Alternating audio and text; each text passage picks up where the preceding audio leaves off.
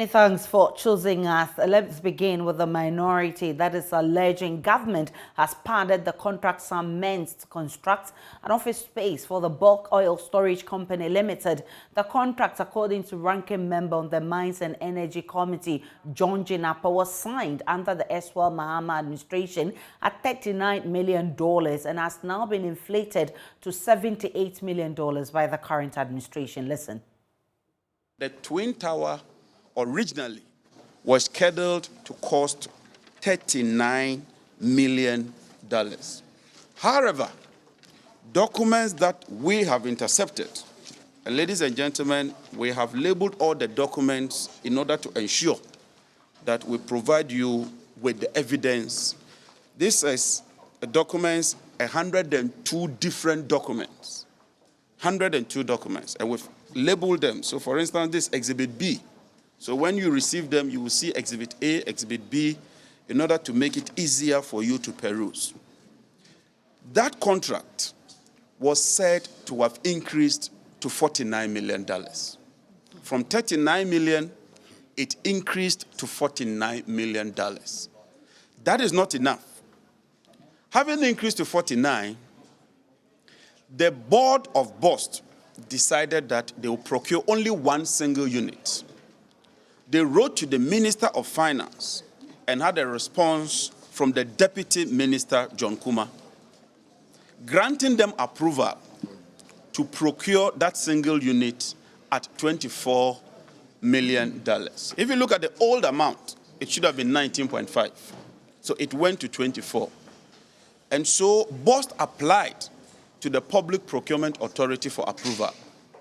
To our utmost shock and dismay, in granting the approval, the Public Procurement Authority then increased the amount from $24 million to $39 million. Wow.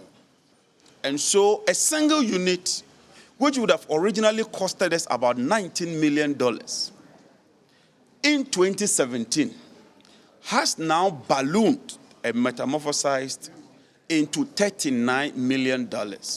What it means is that when you account for the two buildings, it will cost us a colossal $78 million. So this project has inflated, been padded from the original 39. Now the two would cost $78 million.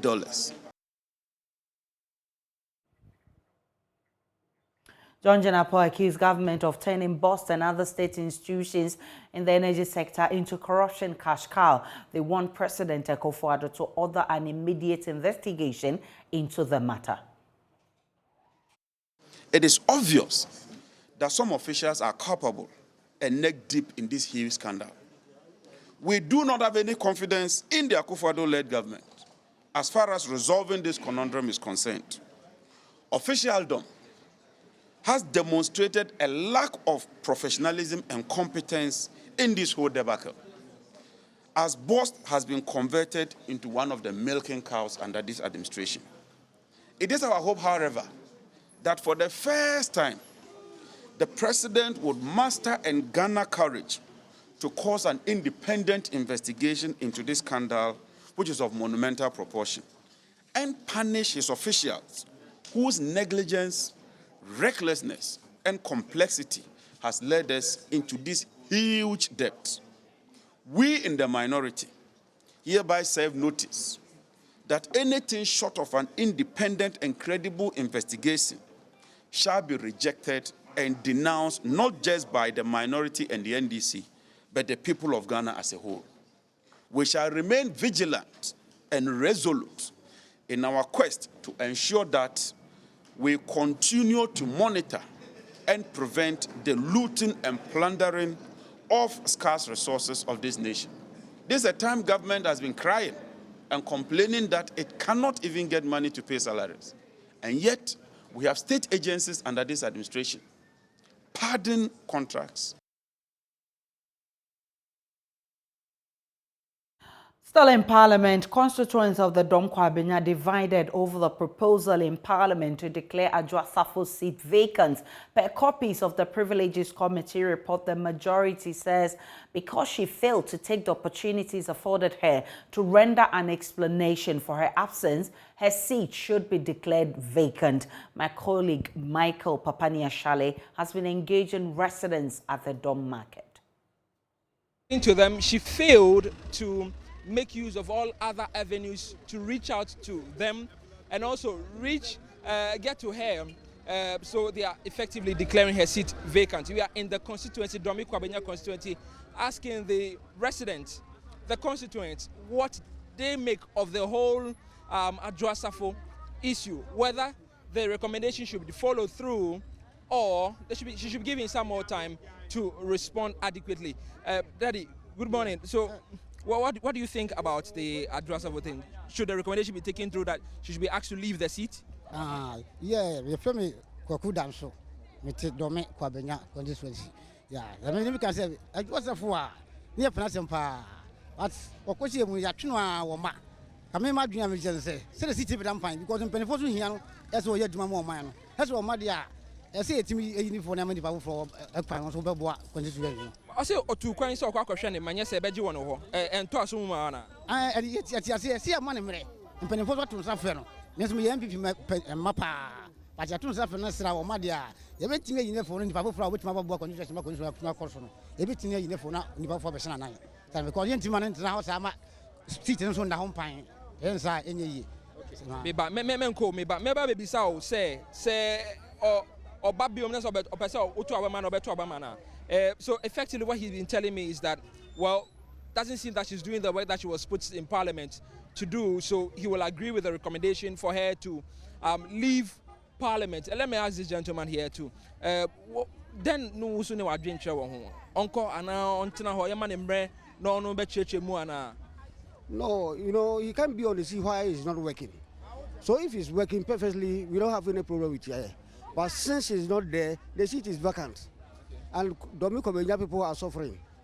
What she's supposed to do, he's not doing. So if they call her and he's not coming, they should find someone who can do the better work for us. That's mine. But she tells us that she traveled because one, she had to go and cater for her children. Other than that, it's going to be worse of probably even lose her children. You don't think that that is enough reason to leave Parliament? No, she can't give us that, reason that she's going to take care of her children and leave the seat behind. If she knows that she can't get time and work for Domi Kwabena, he can leave the seat for different persons to come and work for us. Yeah, that's my view. Good. Thank you. So there's some women here that will also interact with me. I'll come back to them. So what's your own idea of Adwoa Safo's seat being declared vacant?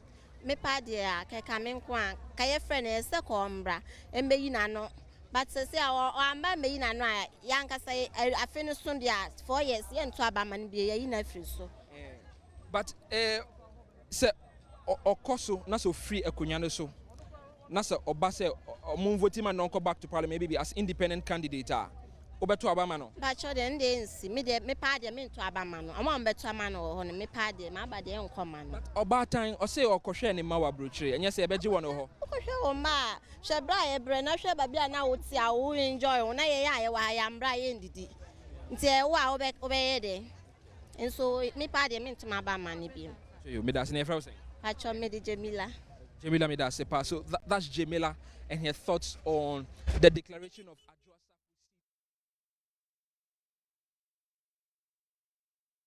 Well, let me share excerpts of the report by the Privileges Committee, which exonerated 2 other MPs and recommended that the Dom Kwabena seat be declared vacant.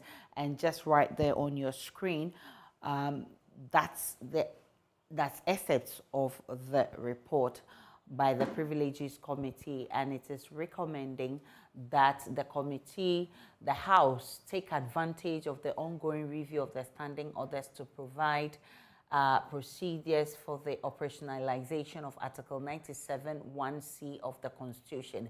But above that, point 9.3 indicates that the above notwithstanding, the majority was of the view that Honorable Sarah Adjoa-Safo failed to take advantage of the numerous opportunities and facilities offered her to provide reasonable explanation to the committee with regards to her absence without leave. Therefore, pursuant to Article 97 1C of the 1992 Constitution and the Court of Appeal decision in the case of Professor Stephen Kwekwasari versus the Attorney General and 3 others, the Dom Kwabenya seat is automatically vacant by operation of law. Now, you look at point 10.2, it says a committee by majority decision recommends that the House to adopt its report pursuant to Article 97 1C of the Constitution and Order 16.1 of the Standing Orders of Parliament, and is signed respectfully by Honorable Joe Sewuso, who is chairman of the Committee of Privileges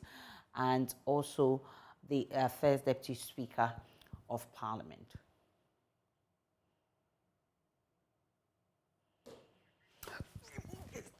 I told you.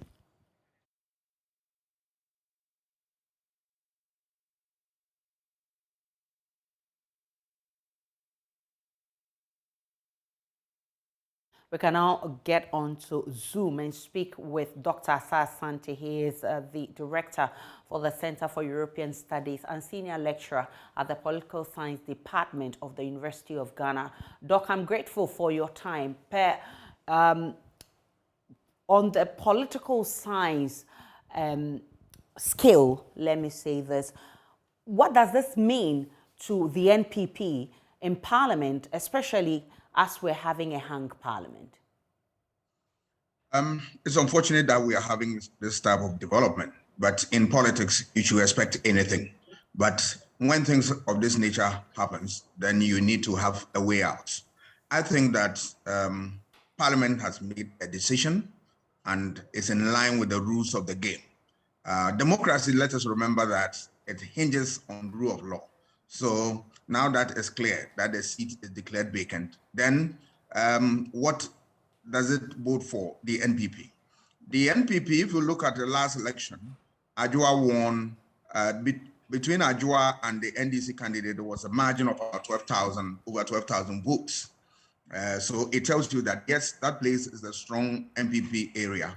But you realize that when you are calling for a by-election, for election in general, anything happens. So it depends on the message you throw out, your strategy, your resource, and the way you organize yourself. So it's not a done deal for the MPP, even though they stand a better chance of maintaining that seat. But it depends upon the candidates that will be put out, and then the one who also will contest that person from another party, in addition to messages and then whatever.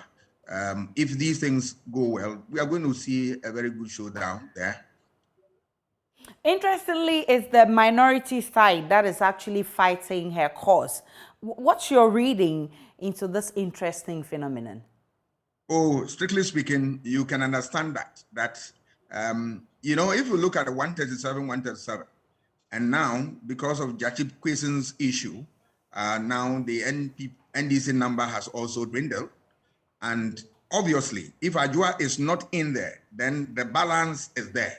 But now that, you know, you are going to go for an by-election, if NPP is supposed to win the election, then they're going to turn the situation in Parliament. And that is why, obviously, you see them rallying behind Adjoa and all that. But you have already stated that that seat is an NPP seat. So the NDC has no business. Yeah, but in politics, you don't just resign yourself from it and saying that, yes, this seat belongs to this party, and for that matter, I'm not going to prepare and go. Even Bantama, NDC contest, and then they put in their all. And then you don't know what will happen. But on the basis of probability, there's always one party that is likely to win. And that is the angle I'm coming from. But definitely, it's going to be a hot contest, especially when it's not a general election and it's a by-election. You see all the party machinery are going to be put to that place to go and canvass for votes for each of the parties that is going to contest there. So that is the angle I'm coming from. It's going to be interesting. And now that there are a lot of, let us remember that, the economic condition we find ourselves are all factors that are going to influence voter choices, infrastructure development and all that. So you need somebody who can really look at the grounds and develop some messages that will really resonate with the people. If a party is able to do that, I can assure you it will carry the day.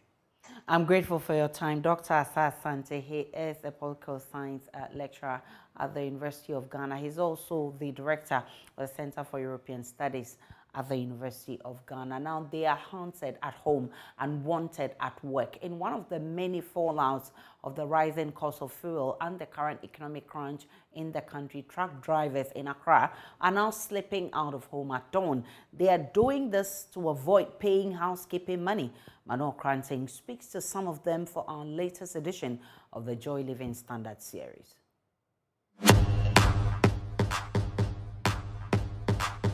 Diesel someone need a problem pa say diesel no form one and you money na be form because say diesel form one me fa carry you be about 1,000 and then 2,000 though say July ya kita unsa but this July we there kita unsa there we there ya twitwa unsa it will be share load no want to me more than 1,400 na say one ko frank here.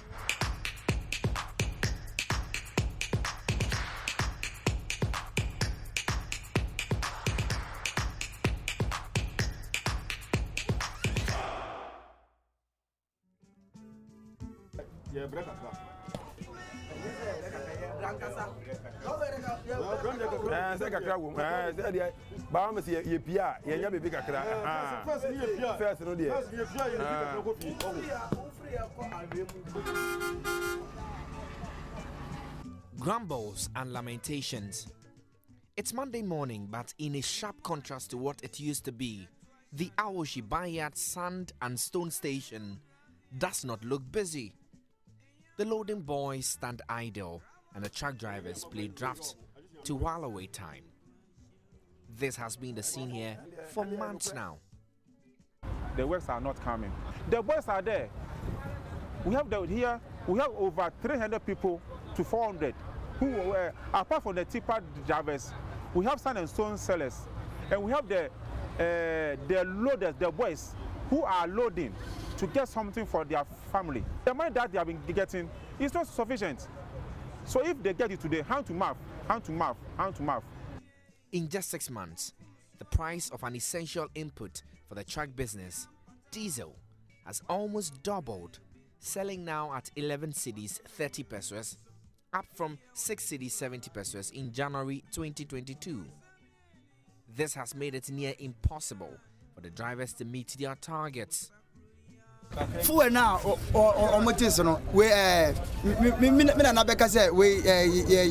the recent 30 pesos for reduction is just a scratch on the surface. The car owners will just take their cars from us. My truck has been taken. We can work the whole month only to run into debt. You say, oh boy, what is 30 pesos? 4 CD 70 pesos no na wo de nyina so ai gas ni de omo yiji pa bebre media we ni ka wa ya de mi ankasa kura me ka yaje me ka ses na ma so ba ya za bosu ka ko wo ni tu aka bosu ni beso no o de ka nti wo kra nko prese that time chop my you market here ko de ka because they had green na you can work out the boarding. For hours, these truck drivers stand around here waiting for patrons who really never come, or when they do, cannot even afford the cost of the materials. Yes. If only I know that you don't have a car and you are working, I can give you some spare to go and come. Not that I will go and work, then I should come and give you something. I'll give you the spare. After 36 years of driving his truck, Seth Abose now sneaks out of his home at dawn. He does this to avoid confrontations with his wife and children over housekeeping money.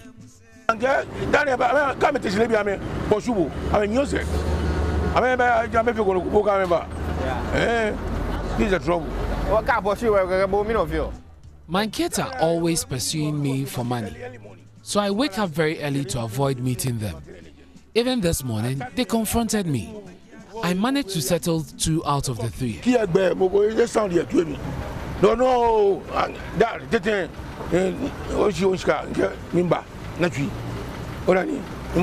Menu. And quite second one, manually balance. Get you. Seth is not alone. Many more of his colleagues actually live this reality. Mimi coffee offer. I also wake up at 2 a.m. to come to work. I send the money when I get it later in the day. Yeah, so me.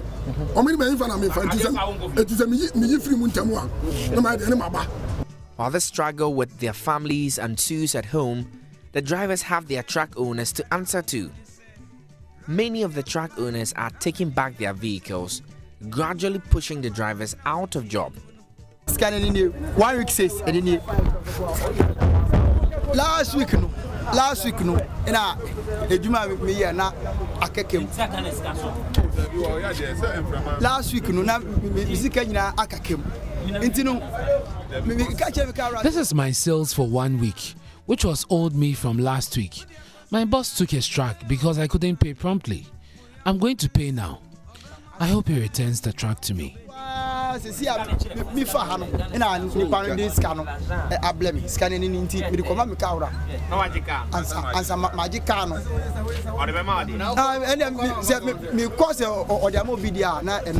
So now, while the rising fuel cost compounds the already slow-paced activities at the station, these truck drivers can only hope that government intervenes to save their jobs. Manuel Cranting, JoyNews, Accra.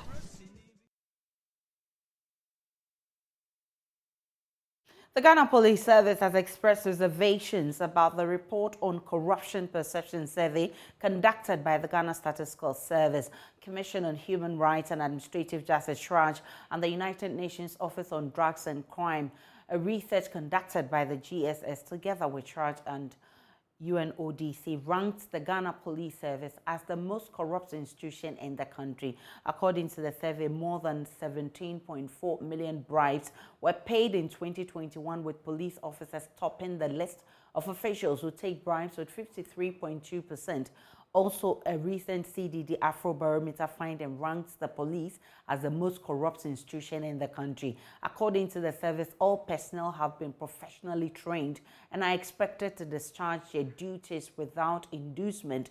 Deputy Director General of the Ghana Police Service in charge of Private Services Organization, DCOP, Tebi, tells JoyNews the public can be partly blamed for the acts of corruption recorded. Before we listen to him, let's get excerpts of the press release by the Ghana Police Service, and it's on your screen right now. We noticed that so it says, more importantly, a further scrutiny of the report shows that your 2 institutions, CHRAJ and Ghana Statistical Service, were not part of the research, and we are wondering why you do not think they are also candidates for corruption investigation, considering that they also provide critical services to the public. 3, it says, we also noticed some institutions, including Ghana Revenue Authority, were disaggregated into components, with one part touching on custom officers and another on tax officers. Another example is Ghana Health Service, where you had doctors, nurses, and midwives in one group and other health workers in the public hospitals constituting the other group. Even some other institutions, such as Public Utility Service, which include Ghana Water Company, Electricity Company of Ghana, and others, were aggregated as one. One wonders why the lack of consistency in your approach. And in addition, in some instances, you combine different institutions as one entity. For example, prosecutors are not part of the judicial service, but you put them together as one. Also, teachers and lecturers, though both operate in education service, do not belong to the same institution but were lumped together. We consider this to be a clear case of combining mangoes and oranges to corrupt the flavor of each. And those are excerpts of the release by the Ghana Police Service. We can now speak with the Deputy Coordinator in charge of the corruption survey at the Ghana Statistical Service, Anthony Amuzufari. He joins us via Zoom. I'm grateful for your time, Mr. Amuzu. First, the police is questioning the selection criteria for institutions. What's your response? Hello, Mr. Amuzu.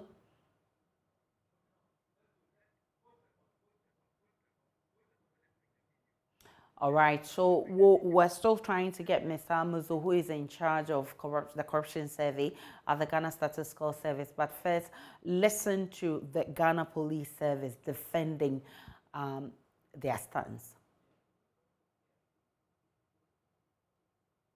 So the public too must be blamed for the type of police, the accusation that they are making.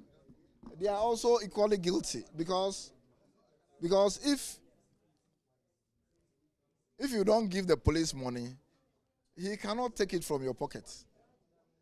If you commit an offense and the police want to charge you for court, you have to allow yourself to go through the due process.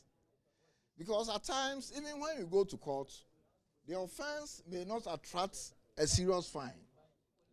But when you tempt the police with money, when you don't want to go to court, then you are giving the police chance, an unscrupulous policeman, chance to demand any amount of money because you are not willing to allow yourself to go to court. You see, so at times I think the public too, and there's a need for education. In fact, we've been talking to them, we've been training them, and from time to time, those who are offenders, that is the policeman, if you are found to have collected money or to have extorted money or to have done something unlawfully, we normally punish them. Some of them are dismissed. Some of them, depending on the nature of the offense, they are even sent to court after dismissal. And so unless it doesn't come to the notice of the police authorities, as far as it comes to the notice of the police authorities, the right punishment is meted out to the erring policeman. So when something happens and you are not happy, you have to report to the policeman. But if you don't, it doesn't get to the authority of the police, the police authorities, that is the attitude or the conduct or misconduct of the policeman concerned, it becomes difficult for the senior officers to take action.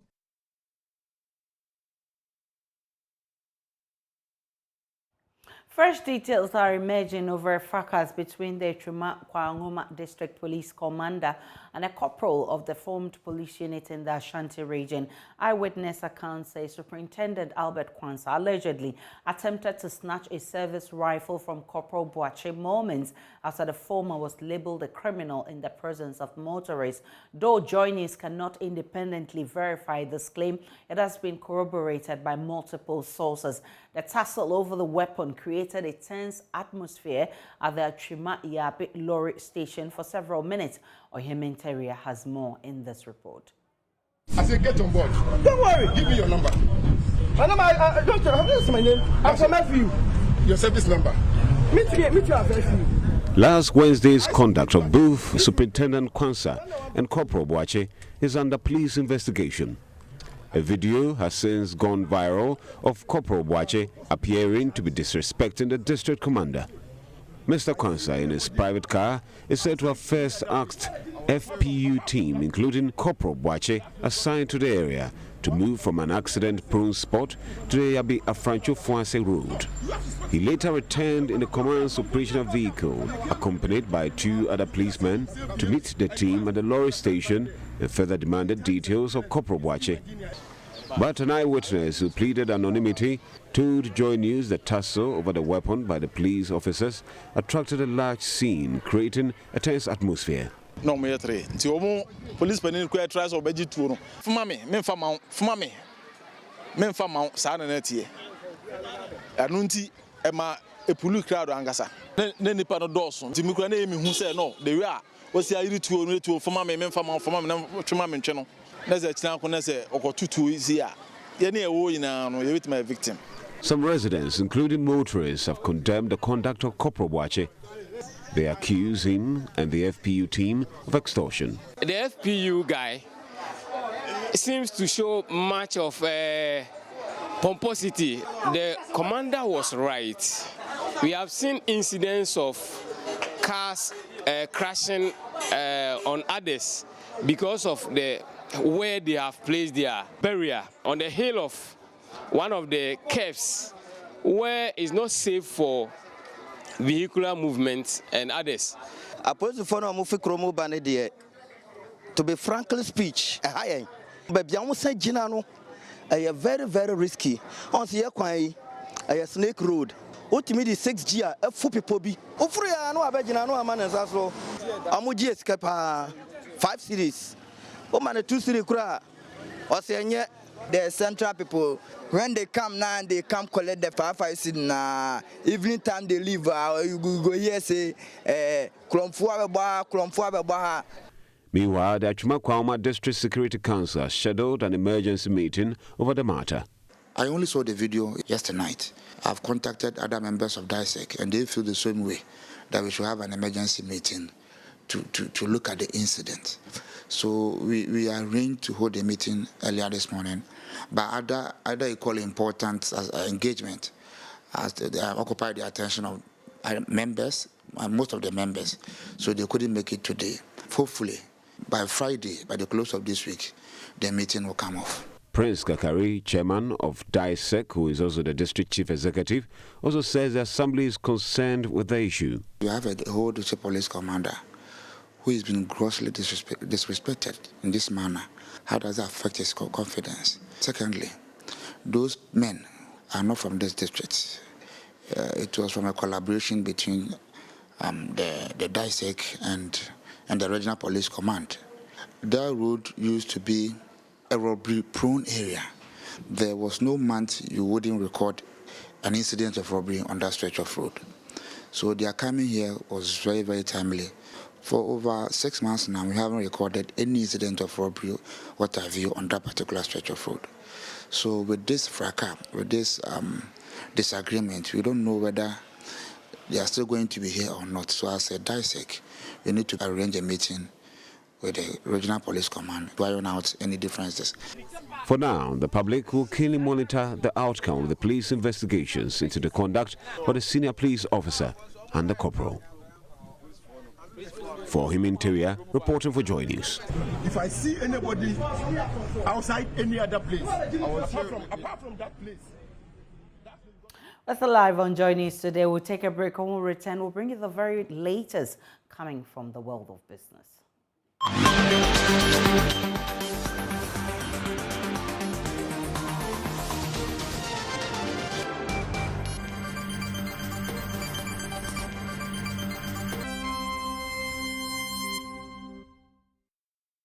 Hello, good afternoon. Let's do business now with me, Beverly Broom.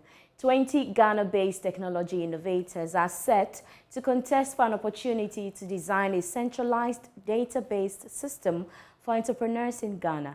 The participants from 5 zones across the country are expected to develop a platform which captures the details of startup businesses and entrepreneurs across the country and in the sub-region. The platform will allow investors to easily access startups for investment. There's more in the following report.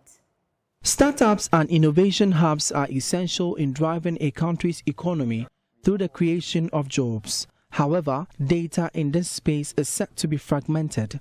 Most countries in the West African sub-region, including Ghana, lack a centralized database of innovators, entrepreneurs, and innovative spaces. Ghana Hubs Network is in a quest to build an inclusive database system for innovative spaces in a sub-region through a nationwide contest. Programs Manager of Ghana Hubs Network, Simon Asari, says the centralized system provides uniformity of startups to ease accessibility for investors. We needed 20 developers to come together to share ideas to build an inclusive database that would give us the necessary data on innovators, entrepreneurs, and the innovative spaces that are part of the Ghana Hubs Network to inform on policy and also to help us in programming. We have the best developers from these regions, and they've all had enough time to build upon the prototypes that help them to win at their zones. So they are here today to help us select the best. Then from that, we build a team to further develop and deploy the system across. And the best team would be employed. So this is a form of employment to also these developers that we have within our space. They will be employed to not only deploy the system, but also to maintain the system. 20 developers from 5 zones across the country are meeting in the Ashanti region to battle out for the opportunity. Some participants are poised their designs would win them the opportunity. Myself and my team, we've been putting things together, setting all collaborative platforms and environments to work, and also putting together the needed skills, features and components to make sure we have the best products to win the competition. Actually, I've been able to get in touch and network with amazing developers and learn a whole lot. You know, I'm a front-end and brand designer, but being able to see all these amazing developers has really given me a perspective. Oh, very prepared. Very prepared, 100%. We're going to shock the stakeholders, make them proud. For JoyNews, Emmanuel Bright Kweku reporting. With financial literacy being key for decision-making, University of Ghana distance education students are calling for more investment to support young people in expanding knowledge in the field. Speaking to Joy Business at a financial literacy forum, the Student Representative Council explained that this will provide young people with the skills to manage resources effectively for a lifetime of financial well-being. Financial literacy is seen as a possession of the set of skills and knowledge that allows an individual to make informed and effective decisions with all of their financial resources. To explore the importance of the financial literacy for students, the University of Ghana Distance Education students organized the 8th Quarterly Forum to equip students with the need to be financially stable. According to Vice President of the Distance Education, Comfort Asumeni, the initiative will prevent the breeding of ill-equipped adults. We are having it because, as I said earlier, it is the order of the day. Now everybody is talking about money. Everybody needs money. The country is hard. The economy is not getting any better. And so it is best that we train students on financial issues so that they'll be well abreast, especially the level 400s, so that as they are about to leave school, they will leave with something about financial literacy. After this program, we are hoping that more students will be financially literate and literate. We are hoping that they will learn how to manage their health and their finances. Student Representative Council Treasurer Monica Ambunab indicated that more investment should be done to help the youth to understand the relevance of financial literacy. This is not the first time. We've had previous ones, but it was done online. This is the face-to-face one we are having today. But then we'll be having more, which will be based on monthly. And then it is going to talk about other financial issues of the economy. Right now, we don't have jobs in the country. So if we do these programs to equip the students, to make them know inside their minds to be financially independent, I think the burden on the government will be reduced. A Greenlight study in 2021 found that nearly 3 out of 4 teens find their financial literacy to be lacking. It also revealed that 74% of teens don't feel confident about their financial education. And that's it for business. We have more business stories when you log on to myjoyonline.com. Up next is sports.